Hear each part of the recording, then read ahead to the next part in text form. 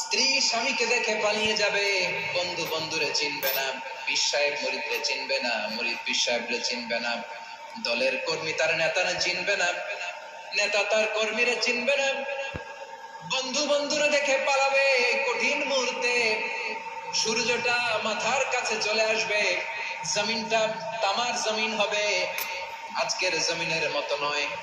মানুষ ঘর্মাক্ত, ক্লান্ত, শ্রান্ত মাথার মগজগুলো কানের ছিদ্র আর নাকের ছিদ্র দিয়ে বেয়ে বেয়ে পড়বে। বিশ্বনবী ফরমান, কিয়ামতের ওই কঠিন ময়দানে 7 শ্রেণীর ব্যক্তিকে রব্বুল আলামিন তার আরশের নিচে ছায়া দিবেন।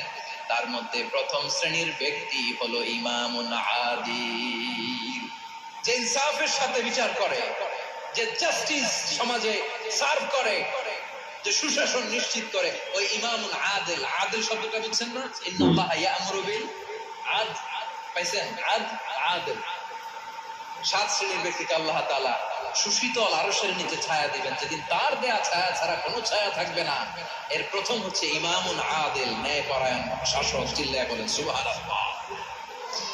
আবার বিশ্বনবী বললেন, ইন্নাল মুকসিতিনা ইনদাল্লাহি আলা মানাবিরা মিন নূর আন ইয়ামিনির রহমান। কিয়ামতের দিন যারা ন্যায়পরায়ণ হিসেবে আল্লাহর সামনে দাঁড়াবে, কিয়ামতের দিন রব্বুল আলামিন তার আরশের ডান দিকে ওই ন্যায়পরায়ণ লোকদের জন্য আরশের ডান দিকে একটা নূরের মিম্বারে তাদেরকে বসার সুযোগ করে দিবে। আল্লাহর আরশের ডান দিকে ন্যায়পরায়ণ লোকদের জন্য আল্লাহ তাআলা নূরের মিম্বার বানাবে। চারটে কেন কথা মনে করেছেন? আল আদাল, জাস্টিস। ইন্নাল্লাহা ইয়া'মুরু বিল আদল। আল্লাহ তাআলা এই আদালতের নির্দেশনা দেন, সুবিচার, সুশাসন। প্রিয় ভাইরা, এটা আমরা বাংলাদেশে চাই কি চাই না? এই যে অরাজকতা, এই যে অন্যায়, এই যে জুলুম, এই যে ইনকনসিস্টেন্সি সমাজের অসঙ্গতির প্রধান কারণ জাস্টিস নাই, সুবিচার নাই, সুশাসন নাই। শেষবারের মতো আওয়াজ করে বলেন তো, আমরা বাংলাদেশে আদল চাই কি চাই না? তাহলে প্রথম নির্দেশনা শেষ। আল্লাহ তাআলা তোমাদেরকে আদলের আদেশ দেন। এরপরে আল্লাহ বললেন, আমি তোমাদেরকে ইহসানের আদেশ দেই।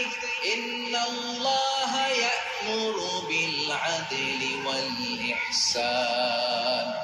আমি তোমাদেরকে যেমনি আদলের নির্দেশনা দেই, তেমনি ভাবে তোমাদেরকে ইহসানের নির্দেশনা দেই। ইহসান, আওয়াজ করে সবাই বলেন তো ইহসান। ইহসান মানে কারো প্রতি সফট হার্টেড হওয়া, মহানুভব হওয়া, অনুগ্রহ পরায়ণ হওয়া, অনুগ্রহশীল হওয়া, একে অপরের প্রতি দয়াদ্র হওয়া। একে অপরের প্রতি দয়াদ্র, অনুগ্রহশীল হওয়া ছাড়া মানবিক সমাজ কশিনকালেও গঠন করা সম্ভব না। প্রিয় ভাইরা, সুন্দর আচরণ দিয়ে, ইহসান দিয়ে যা জয় করা যায়, নরম আচরণ দিয়ে যেটা অর্জন করা যায়, কঠোরতা দিয়ে সেটা পারা যায় না। বিষ্ণু ঈসা ইসলাম ইহসান দিয়ে, কোমল আচরণ দিয়ে, তার অনুগ্রহ দিয়ে তিনি অনেক কাফিরের হৃদয়কে জয় করে ফেলেছেন। সাইয়েদনা সুমামা ইবনে উসাল রাদিয়াল্লাহু তাআলা আনহুর কথা মনে পড়ে যায়। তিনি ছিলেন ইয়ামামার বাদশা। মদিনাতে বিশ্বনবীকে হত্যা করার নিয়তে এসেছিলেন। গোপনে গোপনে বিশ্বনবীকে হত্যা করে আবার ইয়ামামাতে তিনি ফিরে যাবেন। কিন্তু কি অবাক করা কাণ্ড, হত্যা করতে পারে নাই, সাহাবাদের হাতে তিনি ধরা পড়ে গেলেন। সাইয়েদনা সুমামা ইবনে উসাল রাদিয়াল্লাহু তাআলা আনহু হত্যার নিয়তে আসলেন, কিন্তু হত্যা করতে পারলেন না। সাহাবারা ওনাকে ধরে ফেললেন, ধরে মসজিদে নববীর পিলারের মধ্যে বেঁধে রাখলেন। সুমামা ইবনে উসাল, সিরাত থেকে শুনলেন, সিরাত থেকে শোনাচ্ছি রাদিয়াল্লাহু তাআলা আনহু। ইয়ামামার অধিপতি ছিলেন, বিশ্বনবীকে হত্যার জন্য আসছেন, ধরা পড়ে গেছেন, এখন মসজিদে নববীতে বেঁধে রাখছেন, তার মানে বন্দী। এখন স্ট্যাটাস কি? বন্দী, ক্যাপ্টিভ। বিষ্ণু ঈসা ইসলাম সাহাবাদেরকে বললেন, তার খোঁজ খবর নিও, সুমামা ইবনে উসালের খোঁজ খবর নিও। সাহাবারা বলেন, ইয়া রাসূলুল্লাহ, আপনাকে হত্যা করতে এসেছে, তার তো কঠিন ক্যাপিটাল পানিশমেন্ট হওয়া দরকার, কঠিন শাস্তি হওয়া দরকার। বিষ্ণু বললেন, না, আমি যেটা জানি তোমরা সেটা জানো না, তোমরা সুমামার সাথে ভালো আচরণ করো। বিশ্বনবী সুমামার কাছে গেলেন। প্রথম দিন যে তিনি কালেমার দাওয়াত দিলেন, ইমানের দাওয়াত দিলেন, ইসলামের দাওয়াত দিলেন, রিসালাতের দাওয়াত দিলেন, আখিরাতের দাওয়াত দিলেন। পরের দিন যে বিশ্বনবী সালাতের দাওয়াত দিলেন, যাকাতের দাওয়াত দিলেন, ইসলাম কি, কিভাবে, কেমন করে পালন করতে হয় চমৎকার আর্টিকুলেট করতে শুরু করলেন। তন্ময় হয়ে সুমামা ইবনে উসাল রাদিয়াল্লাহু তাআলা আনহু বিশ্বনবীর কথাগুলো শুনতে আরম্ভ করলো। একদিন নয়, 2 দিন নয়, টানা 3 দিন বিশ্বনবী সুমামার কাছে ইসলামকে প্রেজেন্ট করেছেন, উপস্থাপন করেছেন। আওয়াজ করে বলেন, কয় দিন? 3 দিন। 3 দিন মসজিদে নববীতে বাধা। আর সাহাবীদেরকে বললেন, তার খোঁজ খবর নিও, তোমরা যে রুটি বানাও এর মধ্যে সবচেয়ে ভালো আটার রুটিটা তারে দিও, সবচেয়ে রিফাইন্ড খেজুর, যেটা পিওর খেজুর, এটা তারে দিও। আর বিশ্বনবী নিজের ওট থেকে দুধ দহন করে ওনার বাড়ির এক কর্মচারীকে বলেছেন, দুধ দহন করে সুমামার জন্য নিয়েছে। সুবহানাল্লাহ পড়বেন না? সবাই তো অবাক, ইয়ামামা থেকে আসছে নবীকে হত্যা করতে, বিশ্বনবী দেখে তারে জামায়াত করে। একদিন নয়, 2 দিন নয়, টানা 3 দিন বিশ্বনবী এভাবে সুমামার কাছে যে ইসলামকে প্রেজেন্ট করতে আরম্ভ করলেন, ইসলামকে উপস্থাপন করতে শুরু করলেন।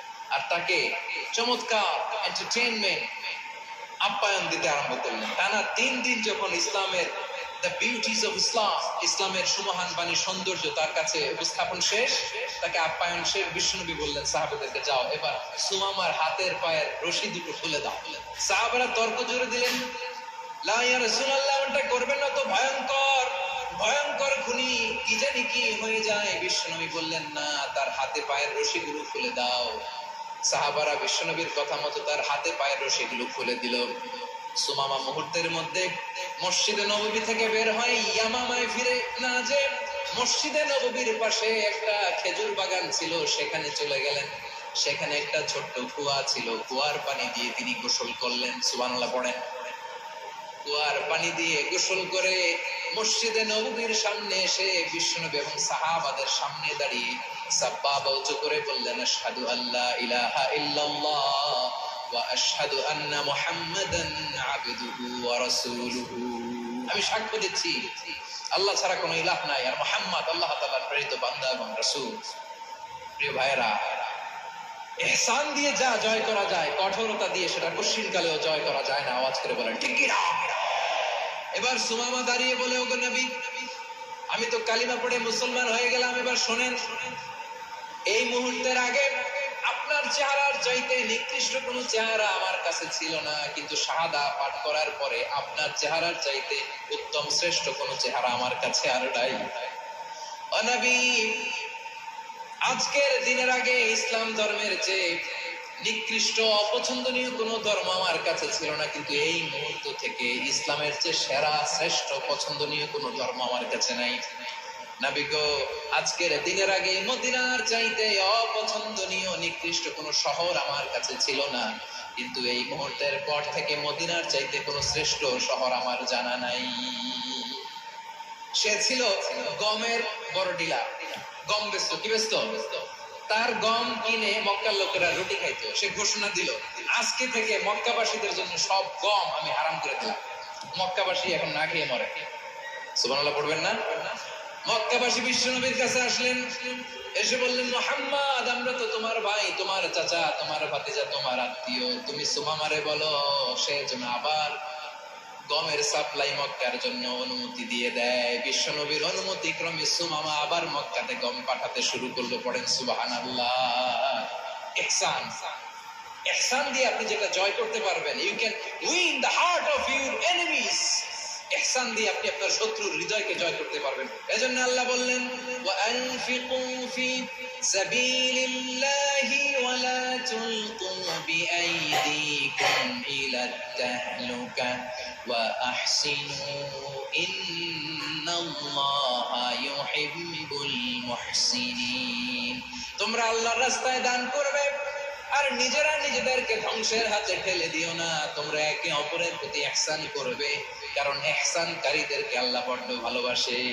সুবহানাল্লাহ পড়েন। আবার সূরা রহমান আল্লাহ বললেন, হাল জাযাউল ইহসানি ইল্লাল ইহসান ফাবিআইয়ি আলা, সবাই পড়েন, ফাবিআইয়ি আলাই রাব্বিকুমা তুকাযযিবান। ইহসানের প্রতিদান হিসেবে ইহসানি হয়। বিশ্বনবী সুমামার প্রতি যেমন ইহসান করেছেন, সুমামাও ঠিক তেমন ইহসান ফিরিয়ে দিয়েছে। ঠিক কিনা বলেন? তাহলে এক নম্বরে হচ্ছে আদ, ন্যায় বিচার। দুই নম্বরে সবাই বলে ইহসান, সদাচরণ। ইহসান দুই ধরনের প্রিয় ভাইরা, ইহসান ফিল ইবাদা, ইহসান ফিল মুআমালা। ইহসান ফিল ইবাদা হচ্ছে একাগ্র অনুভবে ইবাদতে ডুব দেওয়া, এর নাম ইবাদতের ইহসান। সুবহানাল্লাহ পড়ুন। বিশ্বনবী বলেন ইহসান মানে কি জানো নাকি? হাদিসে জিবরিলে সাইয়েদনা জিবরিল আলাইহিস সালাম বিশ্বনবীকে বললেন আখবিরনি আনিল ইহসান। নবী আমাদেরকে বলেন ইহসান মানে কি? বিশ্বনবী বললেন আনতা আবুদাল্লাহা কাআন্নাকা তারাহু ফাইন লাম তাকুন তারাহু ফাইন্নাহু ইয়ারাক। ইহসান মানে হলো এমন ভাবে তুমি আল্লাহর সামনে নিজেকে উজাড় করে ইবাদত করবে, তুমি ভাববে তুমি আল্লাহকে দেখতে পাচ্ছ। আর এটা যদি ভাবা তোমার জন্য কঠিন হয়ে যায়, অন্তত এত সুবহানাল্লাহ। This is Islam, this is the true essence of Islam. ওয়া ইযা যাবাহতু ফাহসিনু যাবহা। যখন জবাই করবে তখনও ইহসানের সাথে জবাই করবে। করব জবাই, ওইখানেও নাকি ইহসান। আচ্ছা, কুরবানির দিন আমরা পশুগুলোরে কি করি বলেন সবাই আওয়াজ করে? জবাই। জবাই মানে তো এটারে মেরেই ফেলতেছি, একটু করে তো টুকরো টুকরো করে গোশতগুলো খাবো, এটা তো খাবো, এটা তো মেরেই ফেলবো। বিষ্ণু বলে না, জবাইয়ের মধ্যেও মুমিনের জবাইয়ের ভেতরেও ইহসানের পরশ থাকা চাই। যখন জবাই করবে প্রাণীটাকে হাত পা টাক করে বেঁধে নাও, ছুরিটাকে শার্পেন করে নাও, ধারালো করে নাও, যাতে অল্প সময়ে জবাইটা হয়ে যায়, প্রাণীটা যাতে কম কষ্ট পায়। সুবহানাল্লাহ পড়ে। দিস ইজ কল্ড ইহসান। আল্লাহ তাআলা যেমনি আদলের আদেশ করেছেন, ন্যায় বিচার, জাস্টিস এনশিওর করতে বলেছেন, সমাজে ইহসানের ব্যবহার, ইহসানের অনুশীলন তিনি করতে বলেছেন। এজন্য মুমিনের প্রতিটি কাজে, আমার চট্টগ্রামের ভাইরা আমার দিকে তাকান, খেয়াল করে শুনুন, মুমিন জীবনের প্রতিটি কাজে ইহসানের পরশ থাকা চাই। আমরা যেন আমাদের পরিবারের প্রতি ইহসান করি, আমরা যেন আমাদের কর্মচারীদের প্রতি ইহসান করি, আমরা যেন আমাদের কলিগদের প্রতি ইহসান করি, আমরা যেন আমাদের ভাইদের প্রতি ইহসান করি। মুমিন জীবনের প্রতি কাজে ইহসানের পরশ থাকার দরকার আছে না নাই? কথা বুঝতে পেরেছেন? তাহলে আল্লাহ তাআলার তিনটা আদেশ ছিল, কয়টা গেল? প্রথমে কি ছিল? আদল। তিন নম্বরে রব্বুল আলামিন বললেন ওয়া ইতাইদিল কুরবা, নিকটাত্মীয়দেরকে দান করো। নিকট আত্মীয়দেরকে দাও, যারা তোমাদের ব্লাড কানেকশনের আত্মীয় তাদেরকে তোমরা দাও। এখানে জেনারেলি বললেন দাও, কি দিব সেটা তিনি এখানে বলেন নাই, সেটা তিনি সূরাতুল ইসরার মধ্যে বলেছেন। আল্লাহ বলেন ওয়া আতিদাল কুরবা হাক্কা, নিকট আত্মীয়দেরকে তাদের অধিকার, তাদের প্রাপ্য তোমরা বুঝিয়ে দাও। দেখেন, একটা শান্তির সমাজ, একটা সমৃদ্ধ সমাজ, একটা মানবিক সমাজ গঠনের জন্য আল্লাহ তাআলা বেশি না মাত্র তিনটা অর্ডার, তিনটা ভার্ডিক্ট তিনি জারি করেছেন। এক নাম্বার সুশাসন, ন্যায় বিচার। দুই নাম্বার ইহসান। তিন নাম্বার নিকটাত্মীয়, যারা কাছে তোমার ভেরি ক্লোজ রিলেশনশিপে আছে, তাদেরকে দাও। দাও, দিলে বাড়িয়ে দেয় কে? অনেকে দিতে চায় না, কৃপণতা করে। দিলে বাড়ায় দেয় কে? অমিয়া মদিনার মধ্যে সবচাইতে গরিব সাহাবী ছিল বেলাল রাদিয়াল্লাহু তাআলা আনহু। ওনার এন্টায়ার অ্যাসেট, সম্পদের পরিমাণ কতদূর জানেন? একটা লুঙ্গি। বেলাল রাদিয়াল্লাহু তাআলা আনহু, ওনার টোটাল ওয়েলথের এস্টিমেশন হচ্ছে মাত্র একটা লুঙ্গি। একটা লুঙ্গি, টোটাল ওয়েলথ এস্টিমেশন, টোটাল সম্পদের পরিমাণ বেলাল রাদিয়াল্লাহু তাআলা আনহু কি ছিল? ওই বেলাল রাদিয়াল্লাহু তাআলা আনহুকে বিষ্ণু ইসলাম বলেছেন আনফিক ইয়া বেলাল, ও বেলাল তুমিও দাও। ওয়ালা তাখশা মিন যিল আরশি ইখলালা, আরশের অধিপতির তো কোনো ঘাটতি নাই, তুমি দিলে ওই আল্লাহ তোমারে বাড়ায় দিবে। এজন্য আমার প্রিয় ভাইয়েরা, দিলে কমে না, দিলে বাড়ে। অনেকে ধরে রাখে, নতুন কিছু নিতে পারে না, হাত দিয়ে যেটা ধরে রেখেছেন এটা দিয়ে দেন, বড় একটা ধরার সুযোগ পাবেন। জোরে বলেন ঠিক কিনা? রব্বুল আলামিন বললেন তিন নাম্বার আদেশ হলো তোমাদের প্রতি সমাজটারে কেমন করে মানবিক সমাজ, সুন্দর সমাজ গড়বা। তিন নাম্বার আদেশ হলো আতিদাল কুরবা হাক্কা, নিকটাত্মীয়দেরকে তাদের প্রাপ্য বুঝিয়ে দাও। এই নিকটাত্মীয়দেরকে তাদের অধিকার বুঝিয়ে দেওয়া, প্রাপ্য বুঝিয়ে দেওয়াতে আমাদের গাফলতি আসরা নাই। অনেকে দেখবেন অনেক আল্লাহওয়ালা, তাহাজ্জুদ গুজার, সেজদা দিতে দিতে কপালে কালো দাগ ফেলে দিছে, সে তার বোনের হকটা আদায় করে নাই। আছে না নাই? অনেক বড় হাজী সাহেব, বিশাল লম্বা দাড়ি, ছেলেরে সব দিয়ে দিছে, মেয়েরে কিছু দেয় নাই, মেয়ের হক আদায় করে নাই। আছে না নাই? এই হাজী সাহেবেরা, এই আল্লাহ আল্লাহরা কিয়ামতের ময়দানে আটকে যাবে। আপনি অন্যের অধিকার নষ্ট করেছেন, তাদের রাইটস কে ভায়োলেট করেছেন। এজন্য আল্লাহ তাআলা বলেন, কারো অধিকার যদি কেউ নষ্ট করে, ওই সমাজটা মানবিক সমাজ কঠিন কালেও হতে পারে না। এজন্য 3 নম্বর আল্লাহ বললেন, ওয়া ইতা ইদিল কুরবা, নিকটাত্মীয়দেরকে দাও। কি দিবা? তাদের অধিকার দিয়ে দাও। বোনের অধিকার বুঝিয়ে দাও, মেয়ের অধিকার বুঝিয়ে দাও, ফুফুর অধিকার বুঝিয়ে দাও। দেখবেন অনেক মায়েরা ছেলের পাতে মুরগির রান দেয়, মেয়ের পাতে দেয় মুরগির ঠ্যাং। তো মেয়ের কি মুরগির রান খেতে মনে চায় না? মনে চায় না? এমনটা করা যাবে না। নিকটাত্মীয়দেরকে অধিকার দিয়ে দাও, নিকটাত্মীয়ের সাথে সুসম্পর্ক রাখো। আদেশটা কার? এজন্য প্রিয় ভাইয়েরা, জীবনে যদি বারাকা অর্জন করতে চান, নিকটাত্মীয়দের সাথে সুসম্পর্ক রাখতে হবে, তাদের জন্য উপহার পাঠাতে হবে। বিশ্বনবী বলেন, লা ইয়াদখুলুল জান্নাতা কাতি, যে ব্যক্তি আত্মীয়তার সম্পর্ককে ছিন্ন করে দেয়, সে কঠিন কালেও আল্লাহর জান্নাতে ঢুকবে না। আপনি কি এটারে সহজ হাদিস মনে করছেন? এটা সহজ কথা। আপনি ভাবছেন আপনার নামাজ আপনারে বাঁচাতে পারবে, আপনার রোজা বাঁচাতে পারবে, আপনার তাহাজ্জুদ আপনারে বাঁচাতে পারবে? অধিকার নষ্ট করলে কিছুই আপনারে বাঁচাতে পারবে। এজন্য নিকট আত্মীয়দেরকে দিতে হবে বেশি বেশি। বিশ্বনবী বলেন, ইন্না সাদাকাতা আলাল মিসকিনি সাদাকা ওয়া আলা যির রাহিমি সাদাকাতান সাদাকাতুল ওয়াসিলা। মিসকিনরে দান করলে শুধু দানের সওয়াব হয়, নিকট আত্মীয়কে দান করলে দুইটার সওয়াব হয়, সাদাকার সওয়াব হয়, আবার আত্মীয়তার বন্ধন অটুট রাখার সওয়াব হয়ে যায়। আবার বিশ্বনবী বললেন, মান সাররাহু আইয়ুবসাতা লাহু ফি রিজকিহি ওয়া ইনসাহা লাহু ফি আসারিহি ফালইয়াসিল রাহিমা। যে ব্যক্তি তার রিজিকের প্রশস্ততা চায় আর হায়াতে বরকত চায়, সে যেন তার আত্মীয়ের সাথে সুসম্পর্ক রাখে। আমার প্রিয় চট্টলার ভাইয়েরা, আমাদের রিজিক বাড়ুক, এটা আমরা চাই কি চাই না? সবাই চান? হ্যাঁ, আমাদের রিজিকে প্রশস্ততা আসুক, চাই কি চাই না? আমাদের হায়াতে বরকত আসুক, আমরা চাই কি চাই না? এই দুইটা যদি চান, তাহলে নিকট আত্মীয়দের সাথে সুসম্পর্ক রাখবেন। পারবেন? তাহলে সমাজটারে মানবিক সমাজ বানায় দিবে কে? 3টা আদেশ চলে গেল। 1 নম্বরে কি ছিল? 2 নম্বরে, 3 নম্বরে নিকট আত্মীয়দেরকে দান। আল্লাহ তাআলা 3টা জিনিসের যেমনি আদেশ করেছেন, অনুরূপ ভাবে 3টা বিষয় তিনি বারণ করেছেন, নিষেধ করেছেন। ওগুলোর কাছেও যাওয়া যাবে। রাব্বুল আলামিন বলেন, ওয়া ইয়ানহা আনিল ফাহশাই ওয়াল মুনকারি ওয়াল বাগি। আমি যেমনি 3টি বিষয় আদেশ করলাম, অনুরূপ ভাবে 3টি বিষয়ে বারণ করলাম, নিষেধ করলাম। আমার 1 নাম্বার নিষেধাজ্ঞা হলো অশ্লীলতার প্রতি। ফাহশা, ওয়া ইয়ানহা আনিল ফাহশা, আল্লাহ তাআলা অশ্লীলতাকে নিষেধ করেছেন। কোন জিনিসকে? সবাই বলুন, কোন জিনিসকে? যত ধরনের, যত টাইপের, যত ক্যাটাগরি অশ্লীলতা হতে পারে, সব অশ্লীলতাকে হারাম করেছেন কে? ফাহশা মানে কি? কথায়, কাজে, আচরণে, কমেন্ট, ফেসবুকের কমেন্টসে যত ধরনের নোংরামো আছে, যত ধরনের অশ্লীলতা আছে, এটাকে আরবিতে বলে ফাহশা। রাব্বুল আলামিন বলেন, কুল ইন্নামা হারামা রাব্বিয়াল ফাওয়াহিশা মা যাহারা মিনহা ওয়া মা বাতান।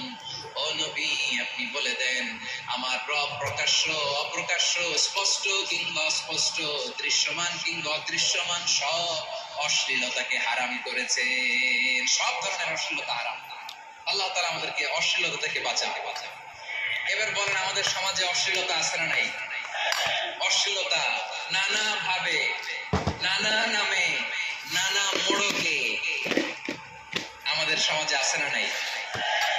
সংস্কৃতির নামে, ফ্যাশনের নামে, বিনোদনের নামে, উপন্যাসের নামে, কনসার্টের নামে অশ্লীলতা আছে না নাই? আপনি দেখেছেন কনসার্ট গুলোর অবস্থা? আমাদের তরুণ তরুণীরা, আমাদের যুবক যুবতীরা, আমাদের জেনজিরা, কি অবস্থা ওইখানে? কনসার্টের নামে অশ্লীলতা আছে না নাই?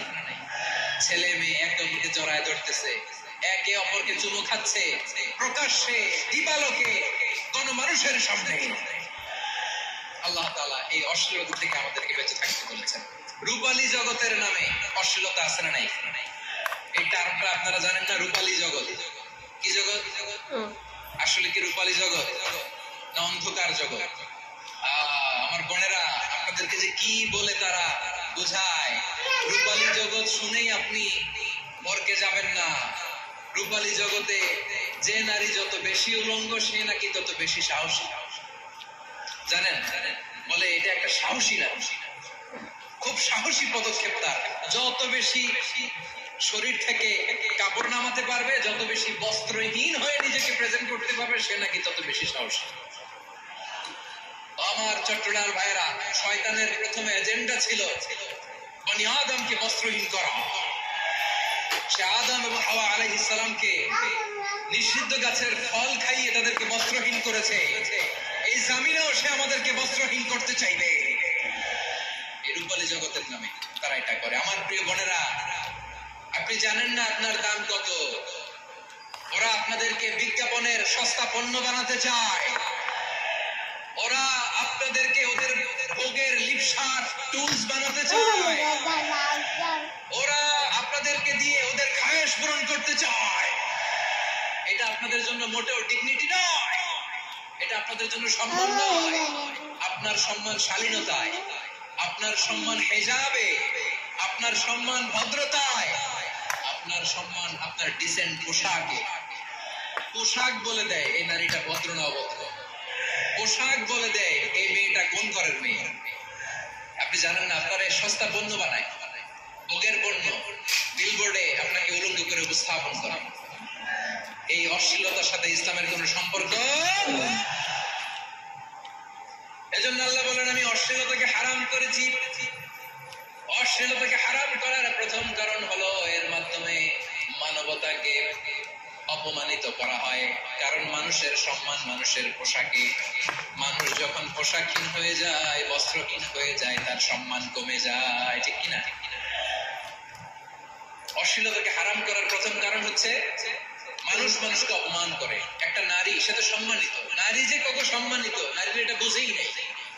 বিশ্বনবী বলেন, আর দুনিয়া কুল্লুহা মাতা ওয়া খায়রু মাতা'আদ দুনিয়া আল মারআতুস সালিহা।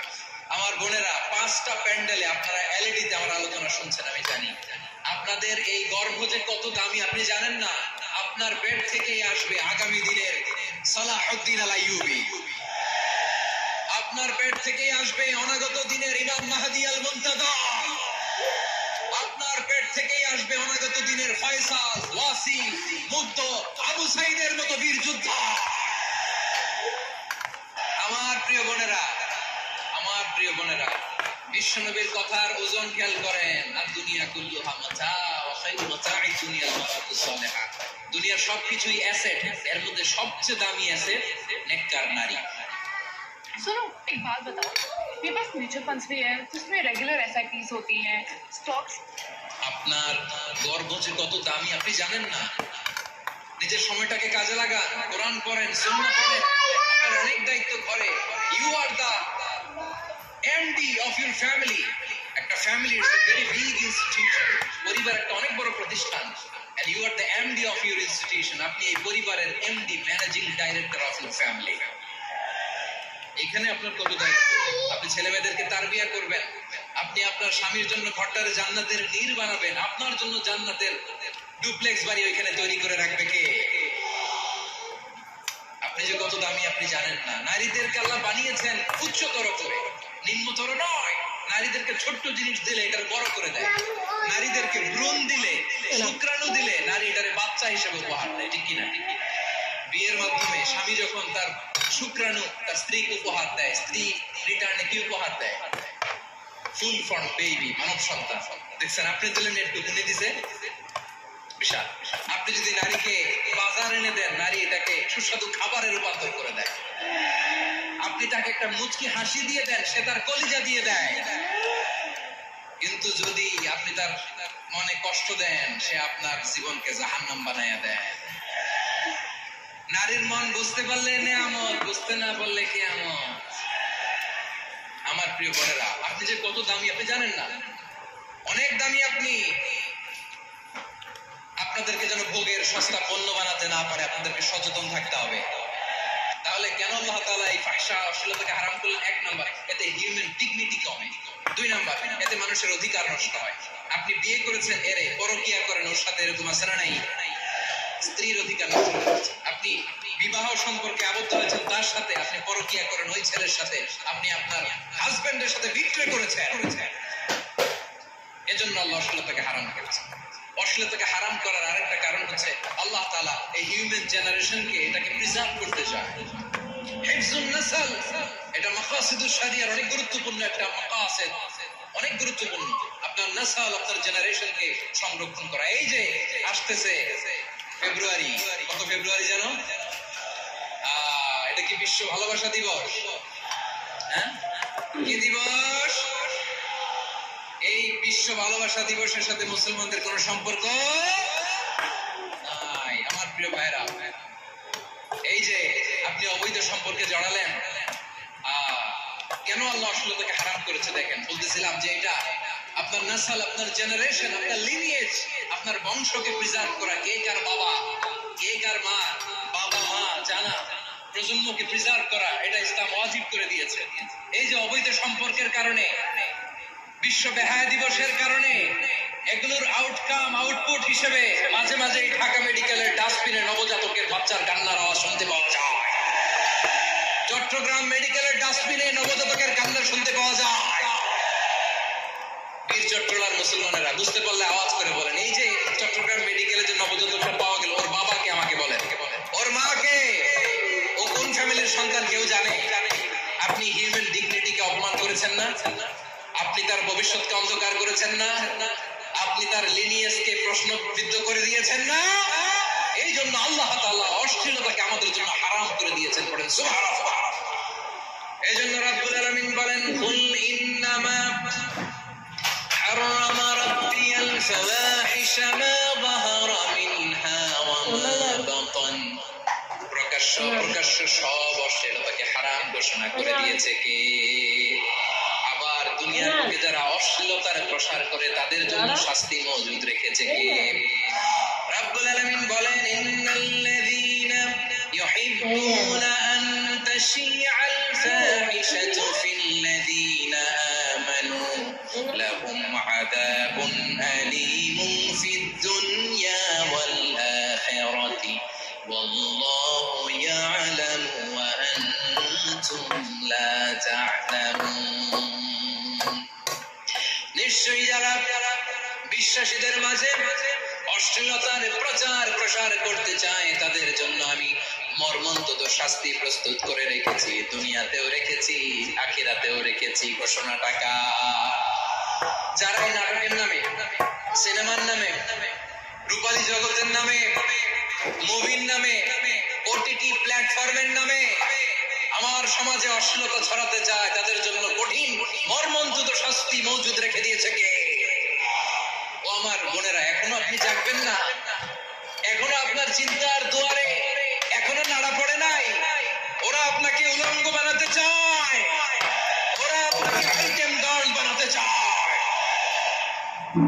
এজন্য ইসলাম অশ্লীলতাকে হারাম করেছে। হারাম।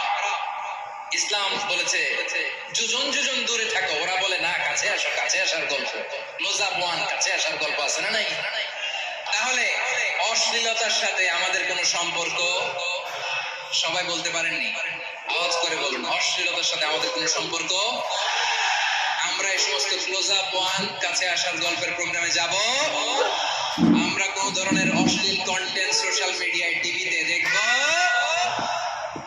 কি যুগ যে আমরা কাটাচ্ছি আপনি কল্পনা করতে পারবেন না। পর্ন ইন্ডাস্ট্রি,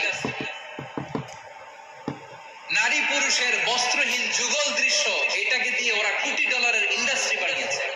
পুরো মানব ইতিহাসে এরকম জঘন্য সময় মানব ইতিহাস পার করে নাই। পর্ন এটা ইন্ডাস্ট্রি হয়ে গেছে। আমাদের এই যুবকগুলো, জেনজি গুলো, ওদের চরিত্র বাঁচাবে কি করে? কেমন করে হেফাজত করবে ওদের এই মূল্যবান চরিত্র? আমার প্রিয় ভাইরা, এই অশ্লীলতার দ্য লেটেস্ট ভার্সন হচ্ছে LGBTQ। শরীফ থেকে শরীফা। শুনছেন আপনারা? দেখতে পুরুষ, আসলেই পুরুষ, সুস্থ একজন পুরুষ, 4 সন্তানের বাবা, বলে আমি মনে মনে নারী। দেখতে নারী, সুস্থ নারী, আসলেই সে দিব্যি একজন নারী, বলে আমি মনে মনে পুরুষ। সবচেয়ে ভয়ঙ্কর অশ্লীলতার সবচাইতে লেটেস্ট ভার্সন হচ্ছে এই ট্রান্সজেন্ডারিজম। সুস্থ পুরুষ তার বায়োলজিক্যাল গ্রোথকে হরমোন দিয়ে স্টপ করে দিয়ে সে সার্জারি করে নারী হতে চায়, সুস্থ নারী পুরুষ হতে চায়। পুরুষ পুরুষের প্রতি সেক্সুয়ালি আকর্ষণ বোধ করে, এটা লূত আলাইহিস সালামের কওমের মধ্যে ছিল। এটাকেও আল্লাহ কোরআনে ফাহিশা বলেছেন। ওয়ালুতান ইয ক্বাল লিকওমিহি আতাতুনাল ফাহিশাতা মা সাবাকাকুম বিহা মিন আহাদিন মিনাল আলামিন।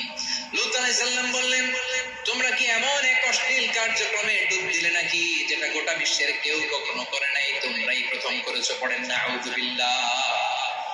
এই পশ্চিমের এই রোগ আমার দেশে যেন আসতে না পারে, আমাদের সজাগ থাকতে হবে। প্রিয় ভাইরা, চিল্লায় বলেন ঠিক কি না? পশ্চিমের অবস্থা ভয়ঙ্কর। পাশ্চাত্যে, আমি যুক্তরাষ্ট্রে ছিলাম অনেকদিন, কয়েক মাস, বিভিন্ন স্টেটে ঘুরেছি। গার্ডিয়ানরা উদ্বিগ্ন, ছেলে মেয়েদেরকে, ছোট্ট ছেলে মেয়ে, ওদেরকে জিজ্ঞেস করে, তুমি how do you feel right now inside yourself, তুমি ভিতরে ভিতরে কেমন ফিল করো? তোমার কি ছেলে ছেলে লাগে না মেয়ে মেয়ে লাগে? আচ্ছা বলেন, এই ছোট্ট বাচ্চাটাও কি এগুলো জেন্ডার অ্যাসাইনমেন্ট বলতে গেলে কিছু বুঝে? এইভাবে মিসগাইড করা হচ্ছে। কৌতূহল বশত ছোট্ট ছেলে যদি বলে আমার তো মেয়ে